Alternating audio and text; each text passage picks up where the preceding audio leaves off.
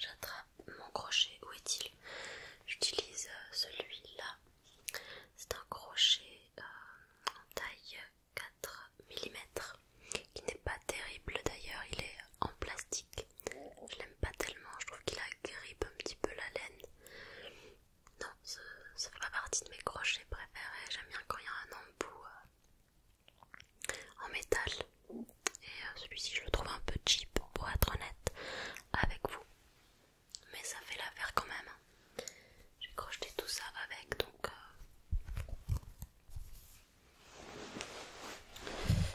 alors déjà il faut que je me repère. Attendez un petit peu. Une augmentation toutes les 14 mailles serrées. Donc là je repars sur 15 augmentations pour une maille serrée. Non, qu'est-ce que je raconte? 15 mailles serrées pour une augmentation. Let's go ma poule. Ouais, 1, 2, 3, 4, 5, j'en ai 5. Et je continue. Alors par où commencer? Eh bah écoutez, j'ai passé le pire Halloween de ma life. Pourquoi? Eh bien parce que j'étais malade. Moi qui comptais le célébrer, sortir un petit peu de ma tanière, eh bien je n'ai pas pu. J'ai attrapé une angine en fait, mais pas une angine comme j'ai déjà pu en avoir étant plus jeune. J'en faisais beaucoup d'ailleurs en plus quand j'étais petite. Non, là c'était vraiment la pire angine de ma vie. Elle mérite amplement cette appellation. Je vais vous expliquer pourquoi. Bah déjà, oui, j'avais des amygdales de la taille de balles de golf, approximativement. C'était une angine blanche, vraiment pas belle à voir. Et ouais, j'avais les symptômes classiques, des difficultés à déglutir, mal à la gorge, du mal à respirer forcément étant donné la place que prenaient ces amygdales, de la fièvre, plus de 39, de la fièvre, des courbatures aussi, j'ai eu beaucoup de courbatures. Et j'ai eu d'autres symptômes que je connaissais pas pour le coup. Enfin, je savais pas que c'était des symptômes qu'on pouvait avoir en ayant une angine. J'ai eu des nausées et des vomissements, donc ouais, pas très glamour.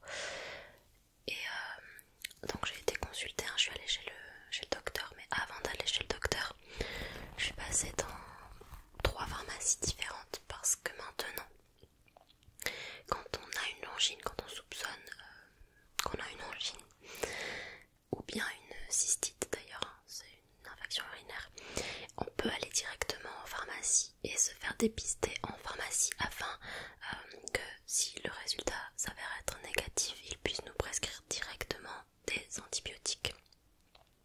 Et voilà, minimiser tous les symptômes qui sont hyper dérangeants. Et on sait à quel point c'est difficile parfois dans certaines villes, dans certaines régions de France d'obtenir des rendez-vous chez le médecin, chez son généraliste. Certains ne prennent pas de nouveaux patients, enfin bon, c'est une galère, donc les gens quand ils souffrent, forcément on essaie de leur trouver des solutions.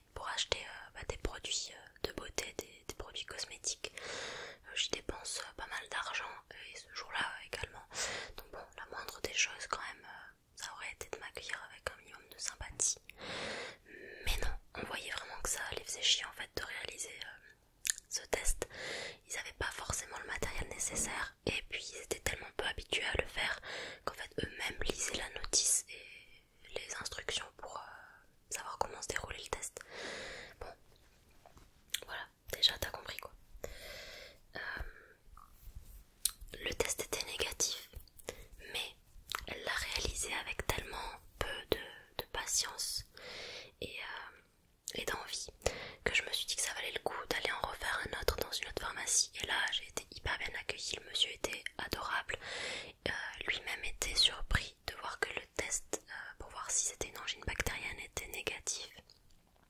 Vu la taille de mes amygdales et toute la symptomatologie qui, elle, correspondait à une angine bactérienne et non à une angine virale. Mais voilà, il est que pharmacien, il n'est pas habilité à me faire une prescription antibiotique si le test est négatif. Mais l'angine ne passait pas et je me sentais de plus en plus faible, je ne pouvais pas manger. Tout ce que je mangeais, ça ressortait. Donc je me suis dit ok, bon tu sais quoi, tu vas prendre rendez-vous chez le médecin. Ma mère a réussi à m'obtenir un rendez-vous parce que moi quand je regardais tout était complet et en fait c'était un remplaçant de mon docteur, de mon généraliste. Donc bon, je me suis dit pourquoi pas. C'était le 3e jour de mon angine, ça passait pas, donc je me disais qu'il fallait vraiment que j'aille chez le docteur quoi. J'y suis allée et le médecin était super sympa. Et donc au bout de ce rendez-vous, on m'a effectivement prescrit un traitement antibiotique.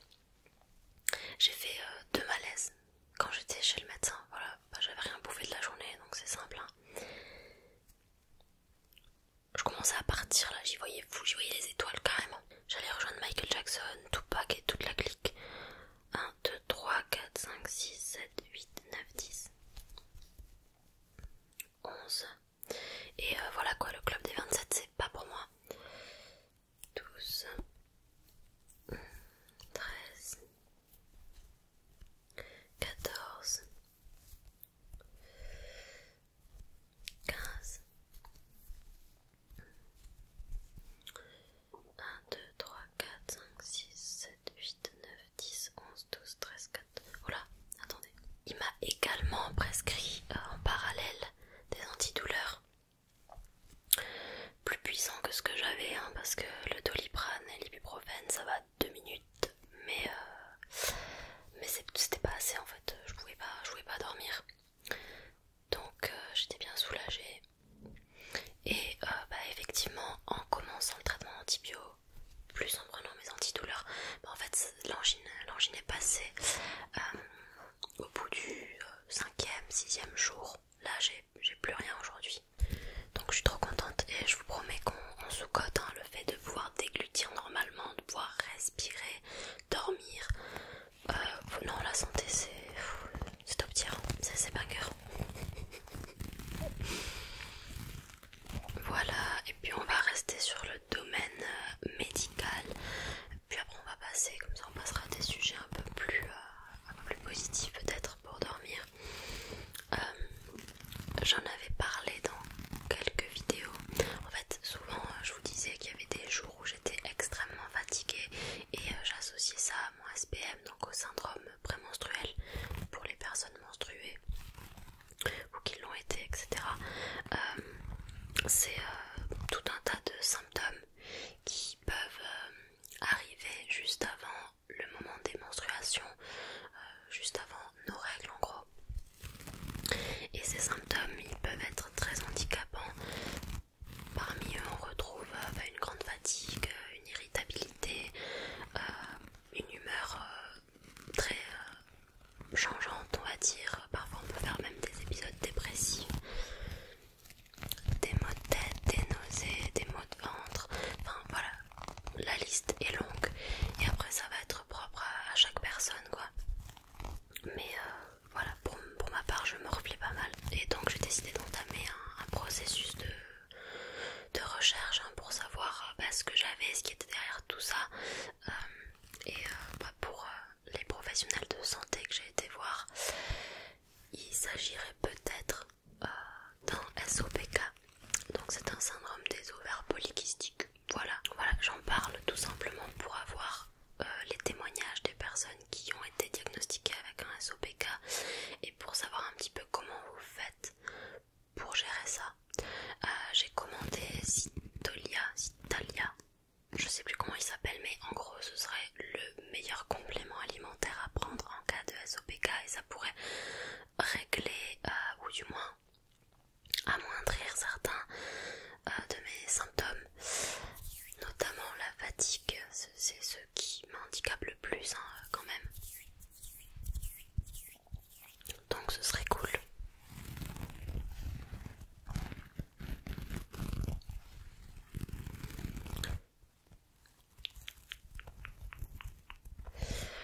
Là actuellement j'ai fait l'échographie pelvienne et il me manque la prise de sang à réaliser. Mais j'attends le 2e ou le 5e jour de mon cycle pour pouvoir la réaliser. 13, 14,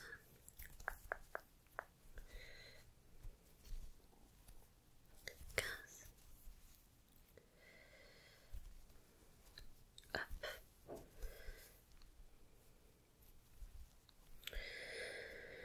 Donc bon, pour l'instant rien n'est sûr, mais on est sur cette piste là et c'est ce que pour l'instant confirme l'échographie. J'attends la suite des examens, mais c'est un peu le parcours du combattant pour obtenir ce diagnostic là et malheureusement c'est une pathologie qui n'est pas récente mais à laquelle la science s'intéresse depuis peu.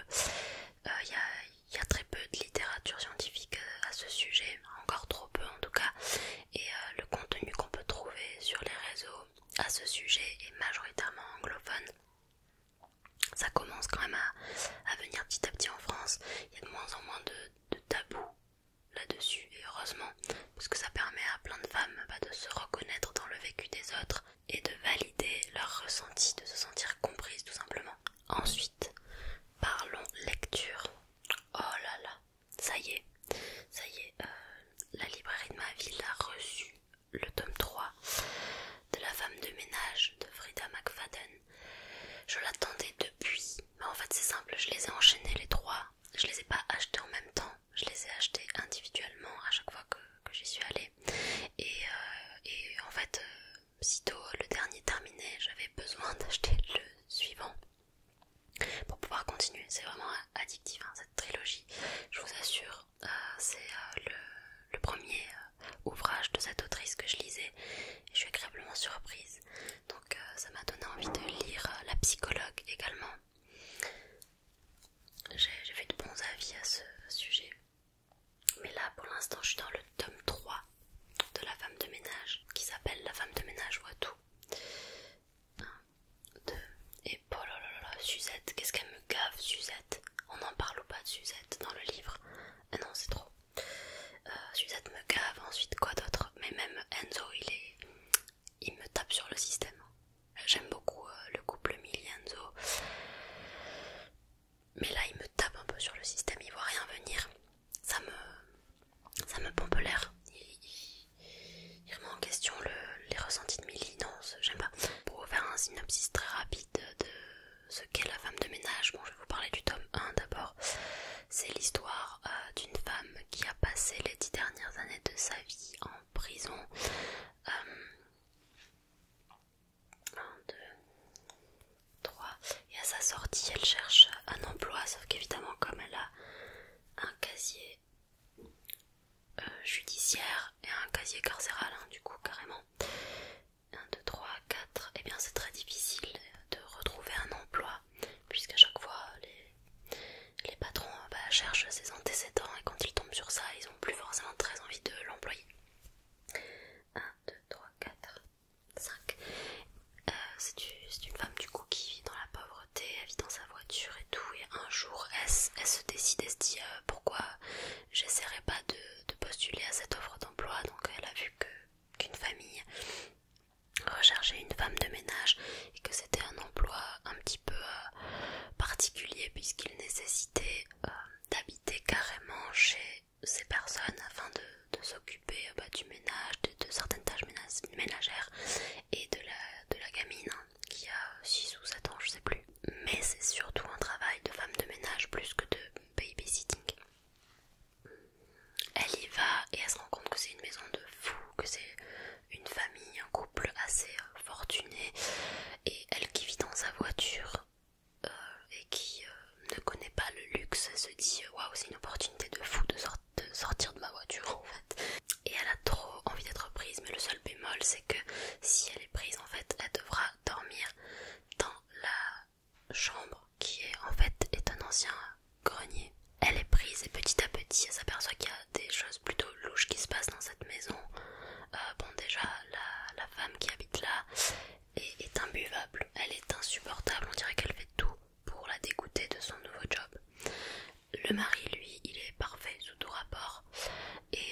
Le seul bémol quand même, c'est que oui, c'est cool d'avoir une chambre au grenier, mais c'est un placard à balai.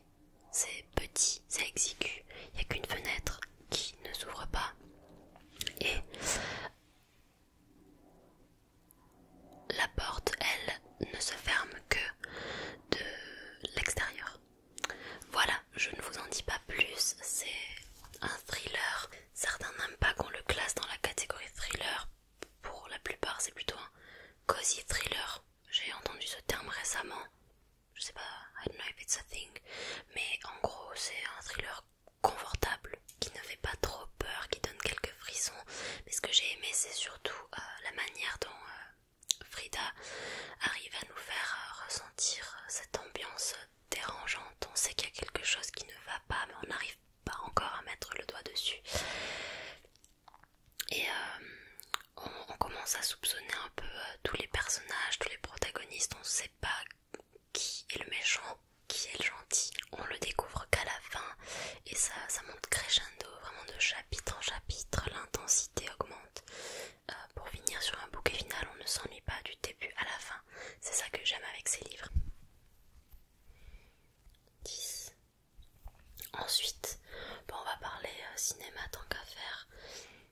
On a été voir le nouveau film de Gilles Lelouch, dont tout le monde parle beaucoup en ce moment, L'amour ouf, avec Adèle Exor, j'arrive jamais à prononcer son nom, et François Civil. Et on a adoré autant l'un que l'autre. Alors moi déjà, on me dit film d'amour, ok, j'arrive, voilà, c'est tout. Non mais c'est vrai que ça fait toujours très peur parce que je sais pas, j'ai pas vu beaucoup de romances made in France qui étaient très réussies au cinéma. Et là pour le coup j'ai adoré le fait que ça se passe pas dans notre époque déjà. Ça nous rend nostalgique d'une période qu'on n'a pas connue, qu'on n'a pas vécue, et je trouve qu'on est vraiment bien transporté dans ces années-là. Tout colle en fait, que ce soit la bande son du film qui est exceptionnelle, je trouve, les décors, les tenues, les références, les couleurs du film aussi, les images sont très très belles. Mais il n'y a pas que ça, je trouve que le casting est vraiment fabuleux aussi. Les acteurs, que ce soit le couple qui interprète Jackie et Clotaire dans leur jeunesse, ou Jackie et Clotaire plus tard, ces deux couples d'acteurs là vont magnifiquement bien ensemble à l'écran. Il y a une vraie synergie, il y a une vraie connexion, et voilà quoi, j'ai trouvé les émotions qu'ils jouaient très crédibles. Oui, c'est un film d'amour mais qui n'est pas trop gnangnan, trop fleur bleue, trop cucu, parce qu'il y a vraiment une bonne balance entre le romantisme du film et toute la partie violence qui est nécessaire pour le développement du personnage de Clotaire. Donc ouais, non, moi j'ai aimé, et puis c'est un film qui parle du pouvoir salvateur de l'amour et des meilleurs choix que l'on peut faire par amour. Moi j'aime quoi, voilà, écoutez, il m'en fallait pas plus. J'ai pas vu passer les 3 heures honnêtement. Après je suis complètement le public cible pour ce type de film, honnêtement. Et même mon mec a adoré, qui lui pour le coup n'est pas du tout romance. Je parle, mais est-ce que je crochette beaucoup? Rien n'est moins sûr. Allez, sors de là quand je vous dis qu'il est nul ce crochet. J'ai quasiment fini un tour, j'espère que dans cette vidéo j'aurai au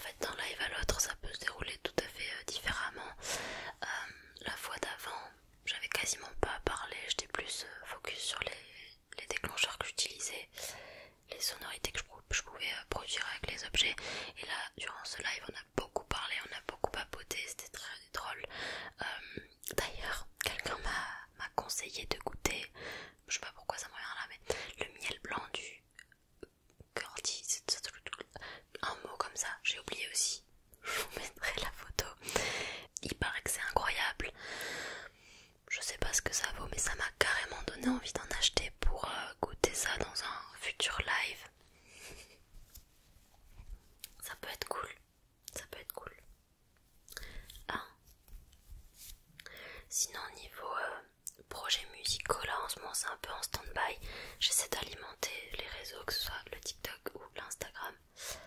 Primadonna-du-bas 11. Mais c'est pas pour bientôt. La sortie du prochain projet, la sortie du prochain single. Parce que même si moi j'ai fini ma partie, mes musiques sont parties au mixage, au mastering, chez l'ingé son. De son côté, je crois qu'il a pas mal de taf. Et du coup, j'attends encore. J'ai pas reçu les V1. On verra. Mais 1, 2, 3, 4. J'espérais une sortie pour novembre pour le futur single. Et je crois pas que ce sera réalisable. Parce qu'il faut une période de 4 semaines pour planifier un son sur Spotify, pouvoir le pitcher auprès des professionnels, des curateurs de playlists et tout, et avoir une chance d'être mis en avant sur Spotify. Et comme j'ai vraiment envie de mettre toutes les chances de mon côté cette fois-ci, je vais faire les choses bien. Hop, voilà. Hop là. Et ouais, pour en revenir à cet Halloween, je n'ai pas pu le fêter. J'étais un peu dégoûtée. J'ai même pas regardé un film d'horreur quoi. Mais j'étais claquée à 20h30, c'était extinction des feux, il n'y avait plus personne. Hop. Tac. Après cette vidéo, je pense que je vais tourner du fast and agressif. Je me sens motivée là, je me sens en forme. Je sais pas pourquoi. Je ne sais pas d'où vient cette énergie soudaine. Mais le fait est qu'elle est là. Donc on va en profiter ma foi. Oh aussi, j'y pense parce qu'elle est à côté de moi. Un Nintendo Switch. Ça faisait un moment que je l'avais pas touché. Et hier je m'ennuyais. J'avais envie de prendre un peu de temps pour chiller et rien faire de fou. Donc j'ai repris mon petit Animal Crossing. Mais je voulais un jeu... Comment dire, un jeu un peu moins de confort, mais un jeu avec une histoire, vous voyez ce que je veux dire, un jeu à choix. Et je vous en avais déjà parlé, mais ça faisait un moment que je voulais m'acheter Life is Strange. Donc là j'en ai profité et je savais pas, mais en fait je crois que j'ai acheté un pack où il y a le 1 et le 2. Il y a Life is Strange normal et Life is Strange, attendez. Oui, donc il y a le Life is Strange normal, vous voyez. Et Life is Strange, comment ils appellent ça? Before the Storm. C'est un préquel il me semble. Donc c'est ce qui s'est passé avant Life is Strange. Mais je crois que l'ordre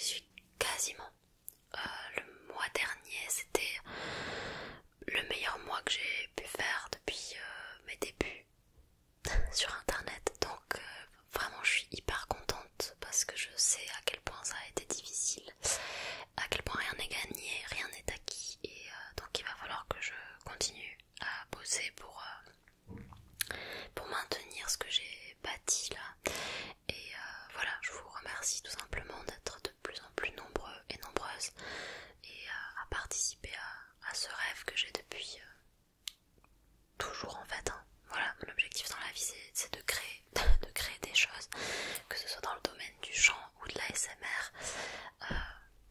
Maintenant du crochet, bah c'est pareil, je veux créer, je veux partager, et j'ai eu la chance récemment de bosser avec quelques agences qui m'ont dégoté des petits partenariats, mes pépites, et pas que dans l'influence en plus, mais aussi dans l'UGC. C'est une manière différente de travailler pour des marques en fait. Disons que dans l'influence, c'est un peu comme si je me portais garante de la qualité des marques, comme si je les représentais quelque part.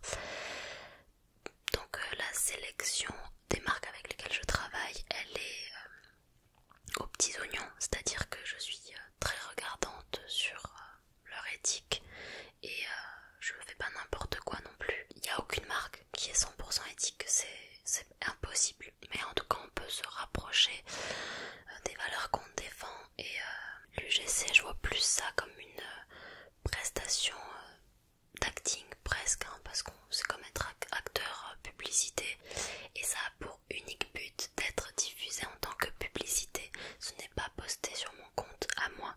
Et j'ai eu très très peur d'ailleurs, parce qu'il y a eu je pense que les petits artisans là, les auto-entrepreneurs vont savoir de quoi je vais parler, mais il y a eu une proposition de loi qui a été faite, et cette loi en fait elle aurait embêté beaucoup de personnes parce qu'elle aurait obligé les micro-entrepreneurs, les auto-entrepreneurs, c'est la même chose, hein, à arrêter leur statut de micro-entreprise à partir de 2 ans d'activité. Sauf que pour devenir une société et donc payer des charges, payer des cotisations très conséquentes, bah il faut toucher un minimum d'argent quand même, et la plupart des gens qui ont des micro-entreprises ne touchent même pas assez d'argent pour pouvoir subvenir à leurs besoins.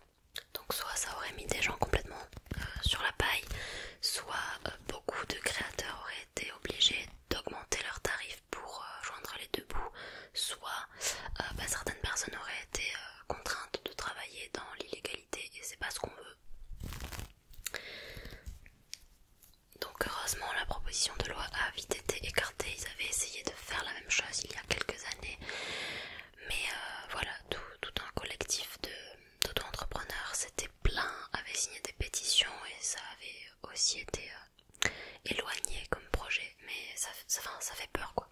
Ça fait peur parce que c'est un statut qui nous protège pas de grand chose, et qui est très incertain, qui peut bouger à tout moment. 13,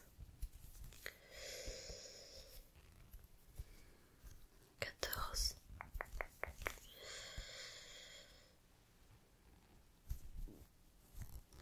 15. Bon bah c'est toujours aussi difficile, au moins je me suis pas plantée, vous voyez. Je finis bien sur une augmentation, c'est ça. Et donc le prochain tour, ça sera 16 mailles serrées, une augmentation. Mais comme 16 est un chiffre pair, alors je vais devoir le scinder en 2.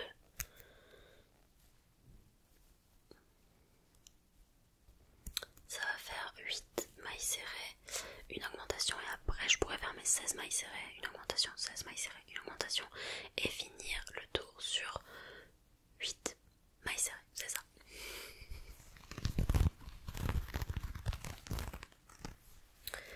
Bon, hop.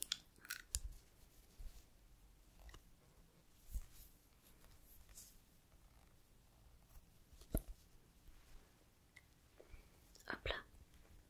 Je remets mon anneau de marquage qui n'est plus un anneau de marquage, hein, vous l'aurez remarqué, mais c'est une barrette maintenant.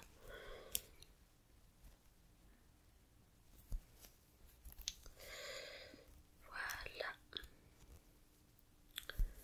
Voilà. Et aussi, bientôt j'aimerais bien commencer le yoga. J'ai vu qu'il y avait un atelier pas loin de chez moi qui proposait des cours, et en fait on paye à la séance. Donc si on n'a pas les moyens de s'engager pour un trimestre par exemple, ou un semestre, bah c'est cool, on peut payer un cours une fois et puis ne pas venir au suivant, ainsi de suite.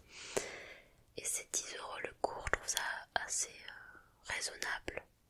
En soi j'ai pas calculé combien ça ferait si je me pointais à tous les cours sur toute l'année. Oh, ça va faire pas mal quand même. Mais bon, c'est surtout histoire de me bouger un petit peu, enfin me bouger, je le fais déjà chez moi, je fais du pilates et du yoga. J'essaie de faire des activités sportives assez douces qui vont pas faire grimper mon taux de cortisol, parce que au niveau du stress c'est vraiment pas très bon et c'est pas préconisé du tout pour les personnes atteintes du syndrome des ovaires polykystiques justement. Donc faire du sport oui, mais pas n'importe lequel, et donc je voulais voilà faire du yoga en club, surtout pour pouvoir sortir, rencontrer de nouvelles personnes, voilà, me dire qu'au moins une fois par semaine je dois sortir de chez moi, sortir de mon terrier et sociabiliser quoi, sympathiser. Hello people, human are cool. Non mais voilà, c'est vrai qu'avec mon métier, mon activité, ce que je fais, le fait que j'habite une petite ville, ça m'isole beaucoup. Et oui, j'ai mon copain, j'ai ma meilleure amie sur Paris, qu'il faut que j'aille voir d'ailleurs pour Noël normalement au mois de décembre. Mais je suis quand même très très seule. Je suis très peu entourée au quotidien et parfois ça me pèse et j'ai beaucoup de chance d'avoir ma famille, etc. Mais c'est vrai que j'ai pas noué de relation amicale depuis des années et ça me manque un peu maintenant, voilà tout simplement. Donc on peut dire que les réseaux c'est aussi là pour pallier à ça en quelque sorte, et que le point commun de nombreux et nombreuses créateurs, créatrices, c'est que ce sont des personnes très seules. Je pense avoir un tempérament introverti, mais je crois aussi avoir besoin d'un minimum de contact. Pas avec n'importe qui, mais j'ai quand même besoin de ça, et donc je me dis qu'il faut que je sorte et que je vois le monde. Après je vous dis ça, mais je suis aussi le style de personne à toujours tout remettre à plus tard et à me dire bon c'est pas nécessaire, je verrai la semaine prochaine, et puis après on arrive à la semaine prochaine et je me dis ouais bon finalement j'ai pas si envie, donc attendons la semaine prochaine, et puis après bon vous avez compris. Mais là je pense qu'il faut que je me mette un petit coup de pied au cul, et j'essaie déjà de sortir un peu plus, même de faire des activités seule, d'aller au cinéma, d'aller m'acheter un petit livre, enfin voilà, ce genre de truc tout bête, hein. Parce qu'être enfermé dans le noir tout le temps, ou faire du montage chez soi, sur le long terme, ça aura de mauvaises répercussions, je pense. Et j'adore ce que je fais, mais c'est important de prendre soin de soi et de sa santé, c'est ce que j'essaye de faire en ce moment, avec tous les rendez-vous médicaux que je prends. D'ailleurs le prochain ce sera dentiste, parce qu'il faut que je m'occupe des dents de sagesse. J'ai pas envie, mais il va falloir. Bon allez, je vais vous souhaiter une très très très très très bonne nuit, bonne nuit, bonne nuit, bonne nuit, bonne nuit, bonne nuit. J'espère que cette vidéo vous a plu. Si c'est le cas, n'oubliez pas le petit pouce en l'air, l'abonnement à la chaîne et